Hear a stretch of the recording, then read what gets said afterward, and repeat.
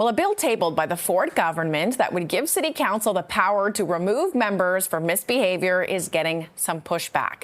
The legislation would standardize municipal codes of conduct and give councils the power to vacate the seat of members who violate that code. Currently, conduct violations are referred to an integrity commissioner who provides a report to council. Council can then vote to reprimand or suspend the member.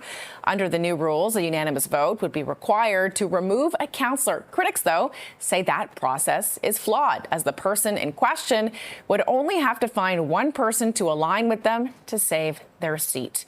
Municipal and land use planning lawyer John Mascarin is among the critics of that piece of legislation. He joins us now live. John, good to see you. Good morning. Tell me about what the gripe is with this new piece of legislation. Well, good morning, Bea. Thank you for having me.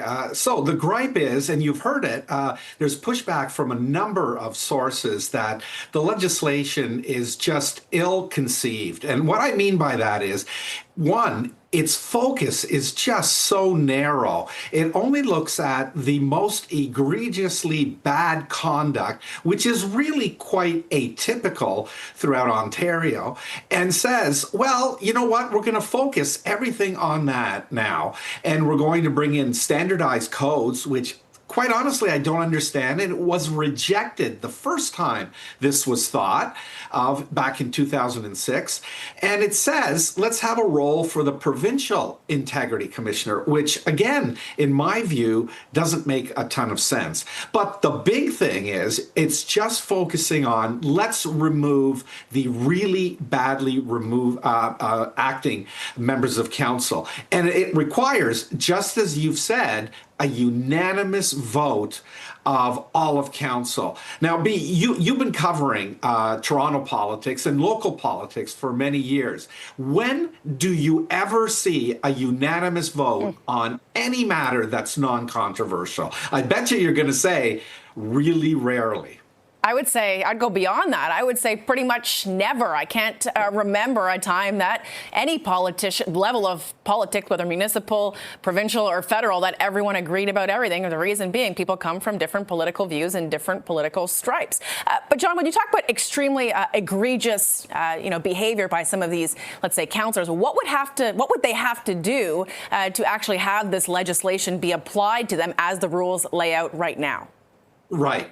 Right now, what's being proposed is something that I think is just wholly unworkable. It requires the local integrity commissioner, which every municipality in Ontario must have, to go and investigate, give procedural fairness to the member, allow them to give a response, sometimes through a lawyer, and then come forward with a report. Now, right now it works that the integrity commissioner brings a report to council. If the conduct is so bad, in this case, it would require the integrity commissioner to then make a decision. Oh, I'm going to recommend that it is such of a serious nature, the penalties are not appropriate, and therefore I'm going to recommend to the provincial integrity commissioner, who, get this, under the legislation as proposed, will have to go away and do her own investigation. And then, does she make a decision at the end of the day? She doesn't. What she does is report to the very same council, who then must vote unanimously to possibly remove someone. And as you have just said, Beatrice, this is going to be so rare that I think my prediction is it will never actually work if it's put in place the way it's proposed. How difficult is it, John, I guess, to justify the removal of, let's say, a city councillor in Toronto, in Durham, and there's been a push, I believe it's Pickering, to have a city councillor removed. How difficult is it and how fine of a line is it to decide to remove a councillor when they have been democratically elected by the people who chose them? Right, and that's the counterbalance, right? I'm not saying it should be easy. Don't mistake that at all. It's not what I'm saying. It should be a high standard. So, 7 years ago, the province made changes to the Municipal Conflict of Interest Act. You'll remember that. That was the statute that almost had former Toronto Mayor Rob Ford removed from office. That statute has been in place now for 53 years. And it's always said that if someone breaches the Municipal Conflict of Interest Act, you go in front of a judge.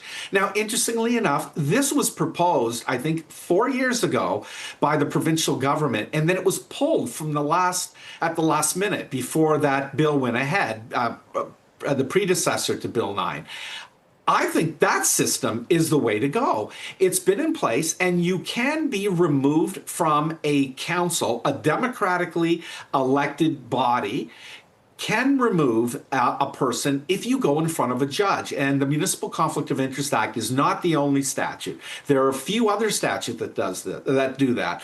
I don't understand why the province moved away from that and decided to politicize the decision, which is the real problem. Because what you found in the last number of years is instead of councillors being enforcers to keep their own house in order, what they've done is they become enablers by looking the other way, by not trusting the integrity commissioner and not making the hard decisions. And let's be clear, even, when there was a circus at City Hall with late Mayor Rob Ford, he still had some allies there. So under this new legislation, still would not be removed. There would be no unanimous vote. There never is in City Council. I've sat through a lot of City Council meetings.